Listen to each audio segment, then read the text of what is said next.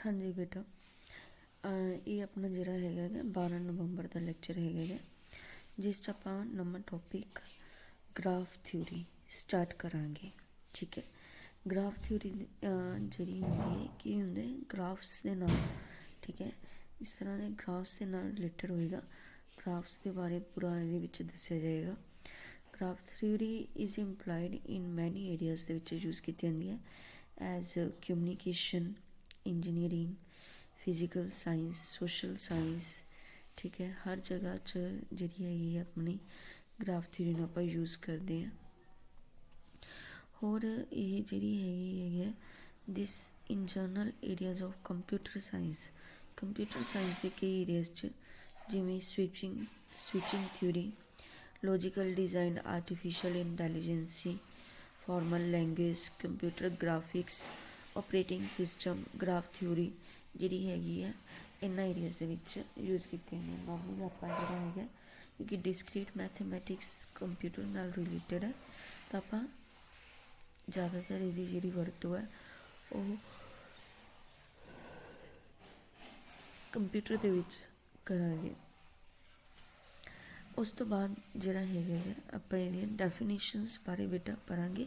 एक गल ध्यान च रखनी है, जिन्नियां भी डेफिनेशनस बेटा तुहानूं करवाइयां जांदियां ना वो तुसीं जरूर याद करनी है। पेपर दे विच तुहानूं कोई भी डेफिनेशन पुछ सकदी है, इस करके सारियां डेफिनेशन तुसीं हमेशा याद करनी है। बाकी जिहड़े पिछे चैप्टर्स कीते है वो भी ते इस चैप्टर च भी हुण अगे करांगे, वो भी सारियां डेफिनेशनस तुहानूं याद होनियां चाहिए। सब तो पहली डेफिनेशन जिहड़ी हैगी वो हैगी है ग्राफ दी। ग्राफ की हुंदा है?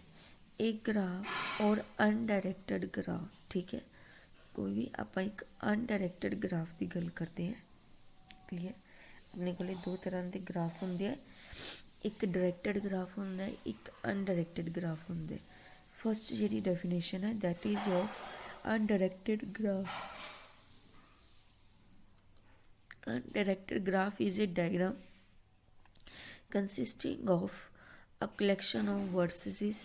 ठीक है, जिहदे विच की है vertices हुंदी है together with edges joining certain pair of these vertices। ते नाल की हुंदा है edges हुंदियां जिहड़ियां कि vertices नूं मिला के बनदियां joining certain pair of these vertices। क्योंकि एज आपां नूं पता है दो पॉइंट्स नूं ज्वाइन करके बनते, वही चीज़ लिखिए joining certain pair of this vertices. Mathematically आप इनू किस तरह लिखेंगे, a graph G is equal to V G. V का मतलब है वर्टिसेस एंड ई का मतलब है एजिस। मतलब एक ग्राफ च की कुछ होंगे, वर्टिसेस होंगे तो एजिस होंगे। where Vg and Eg are sets defined as Vg का मतलब है वर्टेक्स सेट, पॉइंट सेट और node set of the graph. यानी कि वर्टेक्स नूं पॉइंट भी कहा जाता है तो नोड्स भी कहा जाता है। उस तो बाद आ जाता है एज सैट, क्योंकि एज सैट दो वर्टिसेस नूं आपस में मिला के बनता है। Therefore it is the subset of Vg into Vg। A relation on Vg called edge set of G आप इनू कहने हैं। Each element E of E G, E का मतलब की है एज। जिन्नियां एजिस होणगियां उन्होंने आपां ई नाल डिनोट करांगे तो किहदे एलीमेंट बनणगे, ई जी सैट दे बनणगे। E G set is the edge set is assigned on unordered pair of vertices A B call the end vertices of E. मतलब की है कित्थों असाइन होंदे, कित्थों बनते हैं ये वर्टिसेस नूं ज्वाइन करके बनते हैं। ठीक है, एंड इन्हों की कहते हैं एंड वर्टिसेस ऑफ ई, क्योंकि एज दे की है ये एंड पॉइंट है, इस करके these are the end vertices of edge. उस सैकेंड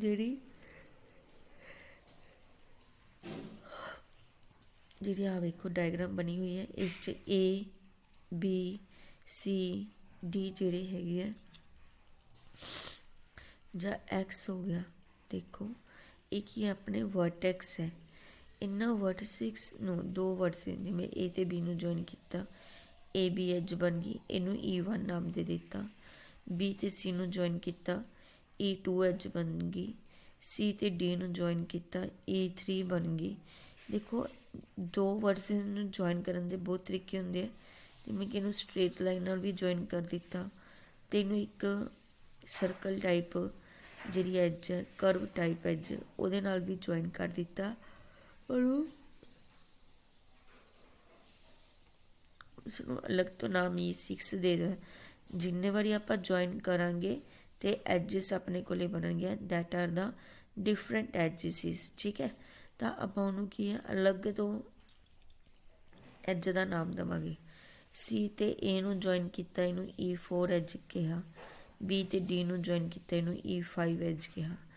X ਇੱਕ ਅਜਿਹਾ ਪੁਆਇੰਟ ਹੈ ਜਿਹਨੂੰ ਕਿਸੇ ਵੀ ਦੂਜੇ ਵਰਟੈਕਸ ਨਾਲ ਨਹੀਂ ਜੁਆਇਨ ਕੀਤਾ, ਤਾਂ ਆਪਾਂ ਇਹਨੂੰ ਕੀ ਕਹਾਂਗੇ,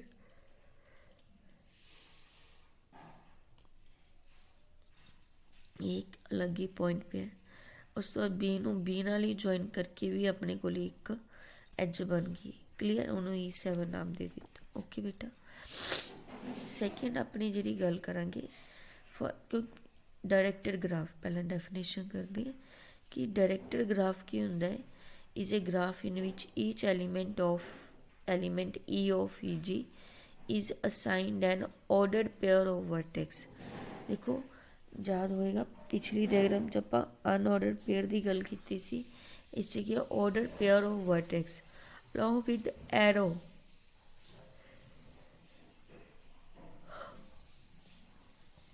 with arrow starting from A to B, where A is called the initial vertex and B is called the terminal vertex of the edge E।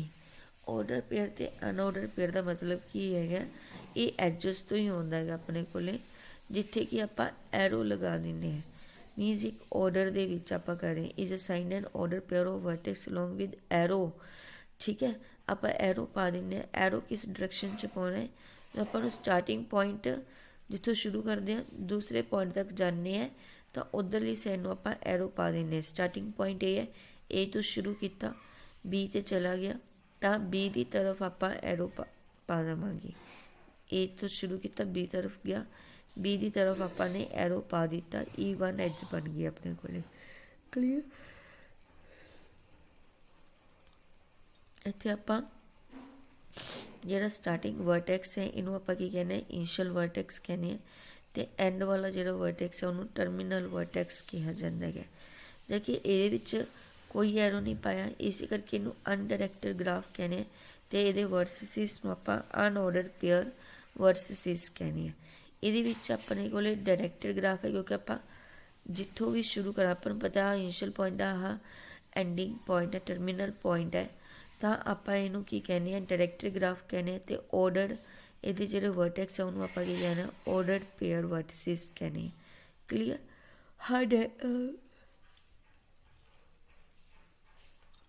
Har as ਦੇ ਵਿੱਚ ਆਪਾਂ ਕੀ ਕਰਾਂਗੇ, B to D, ਠੀਕ ਹੈ, ਕੋਈ ਨਾ ਕੋਈ ਐਰੋ ਪਾਵਾਂਗੇ ਜਿੱਥੋਂ ਆਪਾਂ ਨੂੰ ਪਤਾ ਚੱਲੇ ਕਿ ਇਹ ਸਟਾਰਟਿੰਗ ਜਾਂ ਐਂਡਿੰਗ ਪੁਆਇੰਟ ਹੈਗਾ। ਕਲੀਅਰ, ਤਾਂ ਇਸੇ ਕਰਕੇ ਐਰੋਜ਼ ਹੋਣ ਕਰਕੇ ਇਹਨੂੰ ਡਾਇਰੈਕਟਡ ਗ੍ਰਾਫ ਕਿਹਾ ਜਾਂਦਾ ਹੈ। ਨੈਕਸਟ ਰਿਮਾਰਕਸ ਲਿਖੇ ਹੋਏ ਹੈ, a graph is represented by means of a diagram in which the vertices are denoted by points and edges are represented by line segment। clear, ਜਿਹੜੇ vertices ਹੈ ਉਹਨੂੰ points ਦੇ ਨਾਲ denote ਕਰਦੇ ਹੈ, ਅਤੇ ਜਿਹੜੀਆਂ edges ਹੈ ਉਹਨੂੰ ਆਪਾਂ line segment joining these vertices ਦੇ ਨਾਲ line segment ਬਣਦੇ ਆ ਉਹਨਾਂ ਨਾਲ join ਕਰਦੇ। It does not matter whether the joining of the two vertices in a graph is a straight line or a curve। ਇਸ ਨਾਲ ਕੋਈ ਫਰਕ ਨਹੀਂ ਪੈਂਦਾ ਹੈਗਾ ਗਾ ਕਿ ਜਦੋਂ ਆਪਾਂ ਦੋ ਵਰਸਿਸਿਸ ਨੂੰ ਜੁਆਇਨ ਕਰਦੇ ਹਾਂ ਉਹ ਸਟ੍ਰੇਟ ਲਾਈਨ 'ਚ ਜੁਆਇਨ ਕੀਤੇ ਜਾਂ ਕਰਵ 'ਚ ਜੁਆਇਨ ਕੀਤੇ ਆ, ਛੋਟੀ ਹੈ ਜਾਂ ਵੱਡੀ ਹੈ, ਠੀਕ ਹੈ, ਕੋਈ ਫਰਕ ਨਹੀਂ ਪੈਂਦਾ, ਆਪਾਂ ਨੇ ਸਿਰਫ ਵਰਸਿਸਿਸ ਨੂੰ ਜੁਆਇਨ ਕਰਨਾ ਹੈ। ਉਸ ਤੋਂ ਬਾਅਦ ਆਪਣੇ ਕੋਲ ਆ ਜਾਂਦੀ ਹੈ ਡੈਫੀਨੇਸ਼ਨ ਐਡਜੈਸੈਂਟ ਵਰਸਿਸਿਸ ਦੀ।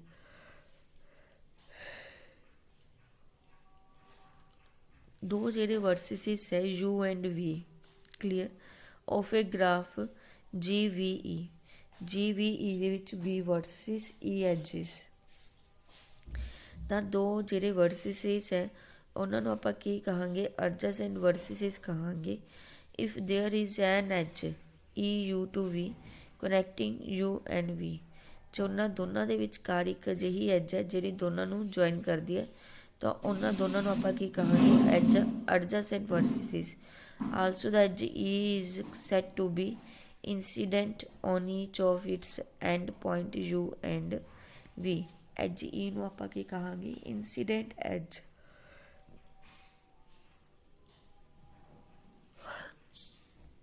ਕਲੀਅਰ ਬੇਟਾ। ਫੋਰ ਐਗਜ਼ਾਮਪਲ ਆਪਾਂ ਜੇ ਦੇਖੀਏ, ਐਗਜ਼ਾਮਪਲ ਤੋਂ ਕਲੀਅਰ ਹੋਏਗਾ। ਜਿਵੇਂ ਆਪਾਂ ਕੀ ਕਰਦੇ ਹੈਗੇ, ਡਾਇਗਰਾਮ ਦੇ ਵਿੱਚ ਏ ਅਤੇ ਬੀ ਨੂੰ ਜੁਆਇਨ ਕੀਤਾ ਹੋਇਆ ਹੈਗਾ, ਠੀਕ ਹੈ। ਏ ਅਤੇ ਬੀ ਅਜਿਹੇ ਪੁਆਇੰਟ ਹੈ ਜਿਹਨੂੰ ਆਪਾਂ ਜੁਆਇਨ ਕੀਤਾ ਗਿਆ ਤਾਂ ਇਹ ਕੀ ਬਣ ਜਾਣਗੇ, ਆਪਣੇ ਕੋਲ ਐਡਜਸੈਂਟ ਵਰਸਿਸਿਸ ਬਣ ਜਾਣਗੇ। ਸਿਮਿਲਰਲੀ ਬੀ ਅਤੇ ਸੀ ਬਣ ਜਾਣਗੇ, ਸੀ ਅਤੇ ਡੀ ਬਣ ਜਾਣਗੇ। ਜਦੋਂ ਆਪਾਂ ਇਹਨਾਂ ਨੂੰ ਜੁਆਇਨ ਕੀਤਾ ਹੋਇਆ ਦੋ ਵਰਸਿਸਿਸ ਨੂੰ, ਉਹ ਕੀ ਆਪਣੇ ਕੋਲ ਐਡਜਸੈਂਟ ਵਰਸਿਸਿਸ। ਬਟ ਹੇਅਰ ਦੇਖੋ ਆਪਣੇ ਕੋਲ ਏ ਅਤੇ ਡੀ ਜਿਹੜੇ ਹੈਗੇ ਏ ਅਤੇ ਡੀ ਅਜਿਹੇ ਦੋ ਪੁਆਇੰਟ ਹੈ ਜਿਨ੍ਹਾਂ ਨੂੰ ਆਪਾਂ ਨਹੀਂ ਜੁਆਇਨ ਕੀਤਾ ਹੈਗਾ ਗਾ, ਤਾਂ ਇਹਨਾਂ ਨੂੰ ਆਪਾਂ ਕੀ ਕਹਾਂਗੇ, non adjacent vertices, no edge is joining. Clear. ਇਹ ਕਿ ਐਡਜਸੈਂਟ ਵਰਸਿਸਿਸ ਨਹੀਂ ਹੈਗੇ ਇਹਨਾਂ ਨੂੰ, ਕਿਉਂਕਿ ਇਹਨਾਂ ਦੇ ਵਿਚਕਾਰ ਕੋਈ ਆਪਾਂ ਨੇ ਲਾਈਨ ਜਿਹੜੀ ਹੈ ਜੁਆਇਨ ਨਹੀਂ ਕੀਤੀ। ਉਸ ਤੋਂ ਬਾਅਦ ਆ ਜਾਂਦਾ ਲੂਪ। ਲੂਪ ਔਰ ਸੈਲਫ ਲੂਪ ਵੀ ਕਿਹਾ ਜਾਂਦਾ ਇਹਨੂੰ।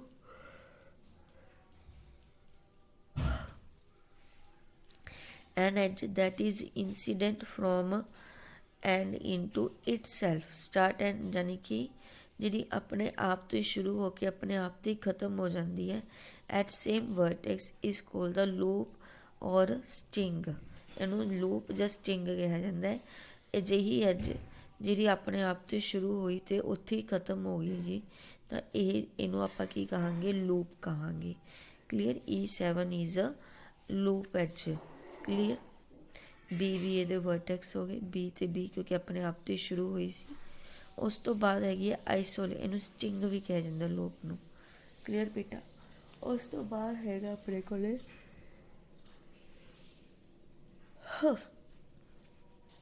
isolated vertex, a vertex of a graph which is not joined to any vertex by an edge in G is called the isolated vertex। ਠੀਕ ਹੈ। ਇੱਕ ਅਜਿਹਾ ਵਰਟੈਕਸ ਜਿਹੜਾ ਪੂਰੀ ਡਾਇਗਰਾਮ ਦੇ ਵਿੱਚ which is not joined to any vertex of an edge in G, ਜਿਹੜੀ ਇੱਕ ਅਜਿਹਾ ਵਰਟੈਕਸ ਜਿਹੜਾ ਪੂਰੇ ਗ੍ਰਾਫ ਦੇ ਕਿਸੇ ਵੀ ਹੋਰ ਵਰਟੈਕਸ ਦੇ ਨਾਲ ਜੁਆਇਨ ਕਿਤੇ ਵੀ ਨਹੀਂ ਹੁੰਦਾ। ਏ ਅਤੇ ਡੀ ਬਾਕੀਆਂ ਨੂੰ ਤਾਂ ਹੁੰਦੇ ਸੀ, ਆਪਸ 'ਚ ਨਹੀਂ ਹੋਏਗੇ, ਪਰ ਐਕਸ ਇੱਕ, ਜਿਵੇਂ ਕਿ ਐਗਜ਼ਾਮਪਲ ਦੇ ਤੌਰ 'ਤੇ ਐਕਸ ਇੱਕ ਅਜਿਹਾ ਪੁਆਇੰਟ ਹੈ ਜਿਹੜਾ ਗ੍ਰਾਫ ਦੇ ਹੋਰ ਕਿਸੇ ਵਰਟੈਕਸ ਦੇ ਨਾਲ ਕੋਈ ਐਜ ਨਹੀਂ ਬਣਾ ਰਿਹਾ, ਮਿਲ ਕੇ ਉਹਨੂੰ ਨਹੀਂ ਜੁਆਇਨ ਕੀਤਾ, ਤਾਂ ਆਪਾਂ ਉਹਨੂੰ ਕੀ ਕਹਿੰਦੇ, ਆਈਸੋਲੇਟਡ ਵਰਟੈਕਸ ਕਹਿੰਦੇ ਹਾਂ। ਕਲੀਅਰ ਬੇਟਾ। ਉਸ ਤੋਂ ਬਾਅਦ ਹੈ parallel ਐਜਿਸ। If two or more edges of a graph G have the same end vertices, then these edges are called parallel edges। Means ਕੀ ਹੈ ਬੇਟਾ, ਅਜਿਹੀਆਂ ਦੋ ਐਜਿਸ ਜਾਂ ਦੋ ਤੋਂ ਜ਼ਿਆਦਾ ਵੀ ਹੋ ਸਕਦੀਆਂ, ਅਜਿਹੇ ਮੀਨਸ ਐਜਿਸ ਜਿਨ੍ਹਾਂ ਦੇ ਸੇਮ ਐਂਡ ਪੁਆਇੰਟ ਹੈਗੇ। ਠੀਕ ਹੈ। ਕਲੀਅਰ। ਸੇਮ ਸਟਾਰਟਿੰਗ ਜਾਂ ਐਂਡ ਪੁਆਇੰਟ ਵੀ ਕਹਿ ਸਕਦੇ ਹੋ, ਜਾਂ ਦੋਨਾਂ ਦੇ ਐਂਡ ਪੁਆਇੰਟ ਹੈ, ਜਿਵੇਂ ਕਿ ਇਹਦੇ ਵਿੱਚ, ਕਿਉਂਕਿ ਇਹਦੇ ਵਿੱਚ ਤਾਂ ਕੋਈ ਸਟਾਰਟਿੰਗ ਜਾਂ ਐਂਡਿੰਗ ਪੁਆਇੰਟ ਨਹੀਂ ਨਾ ਹੈਗਾ, ਮੀਨਸ ਸੇਮ ਐਂਡ ਪੁਆਇੰਟ ਹੈ। ਅਜਿਹੀਆਂ ਐਜਿਸ ਨੂੰ ਆਪਾਂ ਕੀ ਕਹਿੰਦੇ ਹੈਗੇ, parallel edges. Here E3 and E6 are the parallel edges, ਜਿਨ੍ਹਾਂ ਦੇ ਕੀ ਹੈ, ਐਂਡ ਪੁਆਇੰਟਸ ਸੇਮ ਹੈ, C and D। Clear. C ਅਤੇ D ਕੀ ਹੈ, ਜਦੋਂ ਸੇਮ ਐਂਡ ਪੁਆਇੰਟ ਹੁੰਦੇ ਆ ਉਹਨਾਂ ਨੂੰ ਆਪਾਂ ਕੀ ਕਿਹਾ ਜਾਂਦਾ ਹੈਗਾ, ਪੈਰਲਲ ਐਜਿਸ ਕਿਹਾ ਜਾਂਦਾ।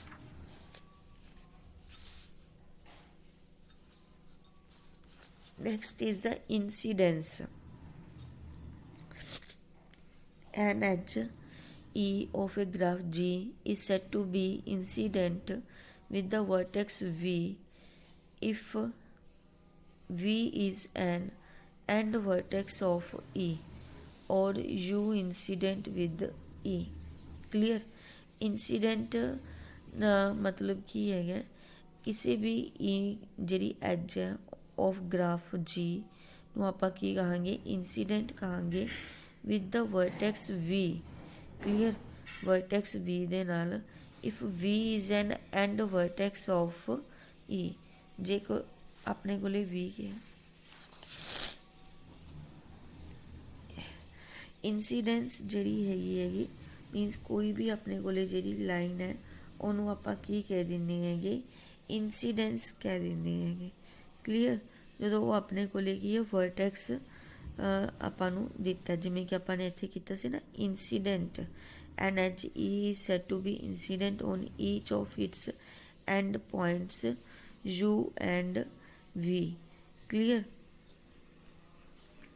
adjacent vertices ਤਾਂ ਆਪਾਂ ਕਿਹਾ ਸੀਗਾ ਜਦੋਂ ਕਿ ਆਪਾਂ ਦੋ ਐਡਜਿਸ ਨੂੰ ਆਪਸ ਦੇ ਵਿੱਚ ਮਿਲਾਉਣੇ ਤਾਂ ਆਪਾਂ ਉਹਨੂੰ ਕੀ ਕਹਿ ਦਿੰਦੇ ਹੈਗੇ इंसीडेंट कह दें सॉरी adjacent vertices कह देने also the edge E is said to be incident on each of its end points joining U and V clear ਇਹਨੂੰ ਇੱਥੇ ਕੀ ਕਿਹਾ ਜਾਂਦਾ ਜਦੋਂ end points ਦੇ ਨਾਲ ਆਪਣੇ ਕੋਲੇ ਹੁੰਦੀ ਹੈ ਕੋਈ ਵੀ edge ਉਹਨੂੰ ਆਪਾਂ incident ਵੀ ਕਿਹਾ ਜਾਂਦਾ incidency line clear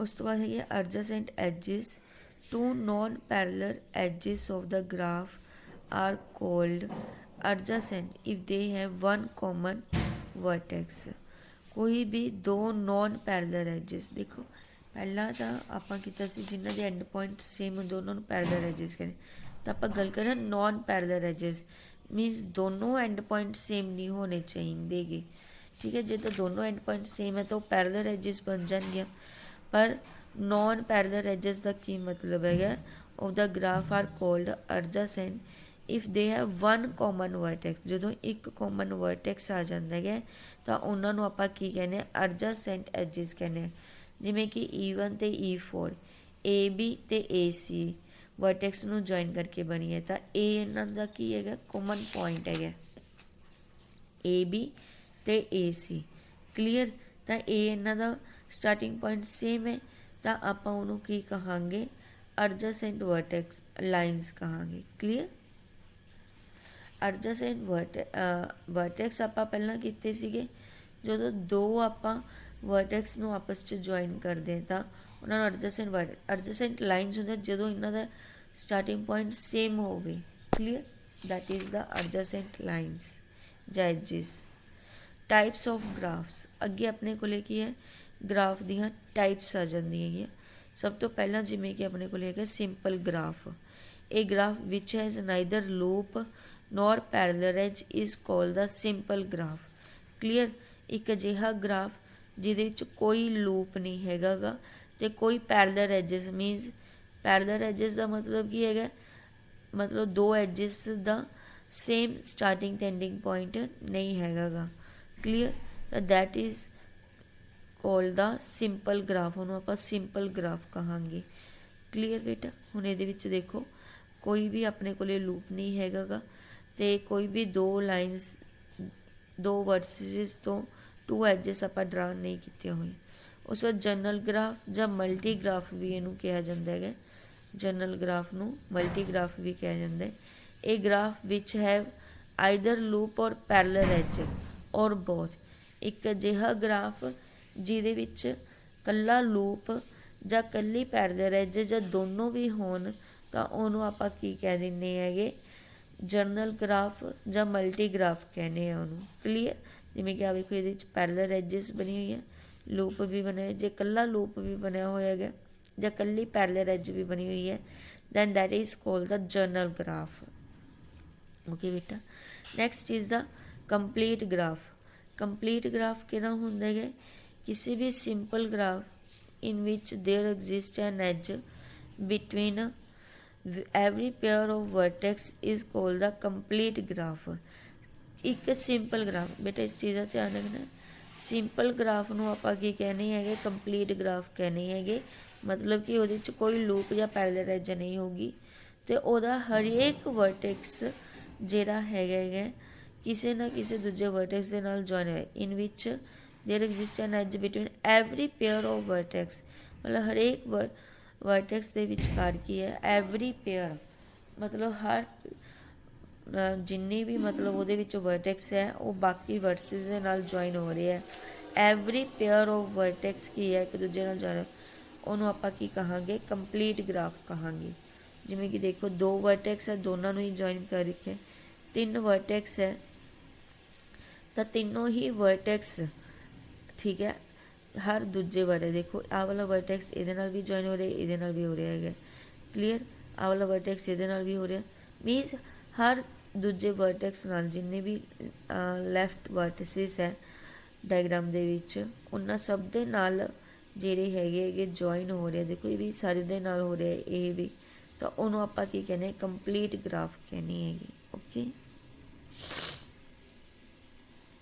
A complete graph has C and 2 edges, ठीक है, लिखने का तरीका है।